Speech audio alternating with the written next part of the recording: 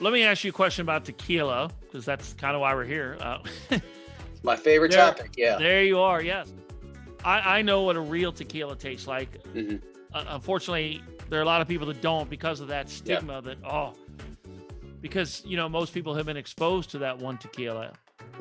What is it in the tequila making process that makes a tequila taste smooth and quality and one that tastes like that other one?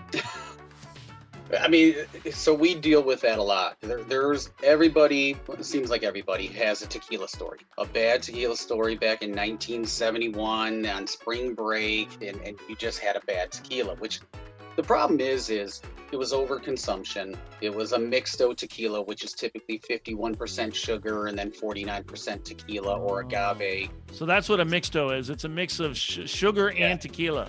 Correct. Yeah. So it can be cane sugar, it can be agave. So it can be just granulated sugar. And so that sugar affects the body. The other thing is how many other cocktails were they consuming that day before they had that last shot of tequila that just messed everything up. So the difference with that is you remove that. That's the first thing, is you don't want a mixto. You want 100% Blue Weber agave tequila that is twice distilled.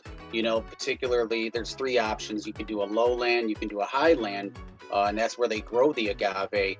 Those have different, flavor tones or a flavor profile that the agave brings. So if it's a lowland agave, it's more mineral rich, it's a little peppery, a little spicy. If you're in the highlands, you have it a little bit more sweeter, a little bit more fruity, botanical.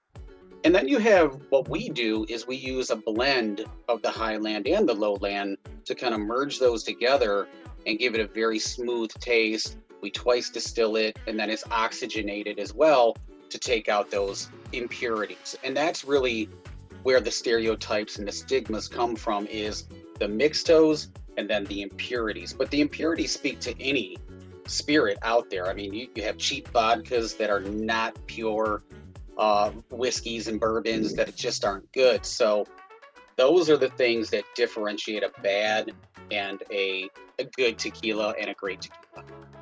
Okay. So and a mixto, I assume, is also cheaper to make. It's very much cheaper. I mean, sugar, high fructose corn syrup, all of that is just so inexpensive. And that's kind of where a mixto came about. I don't know the year. It might have been back in the, early 1900s, late mid 1900s, but there was an agave shortage. So the distillers, which tequila wasn't big, but in Mexico, obviously it was, the distillers, what they found is they could actually cut it. It was the same thing as just cutting it or watering it down, and they used sugar, cane sugar, whatever they had that was super cheap to kind of thin it out. Still tasted a little bit like tequila, but they got more bang for their buck. So Anteel is distilled twice. So is it safe to assume that, if I understand distilling properly, the more you distill something, the more flavor you take out?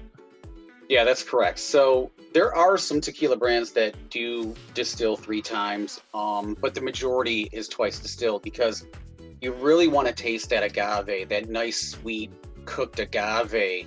And a lot of the times, if it's not done right and you distill it a 3rd time, you'll remove some of those complexities. And you really want that nice sweetness up front. So when you drink a very nice tequila, you get that sweetness on the tongue, especially like a Blanco and unaged.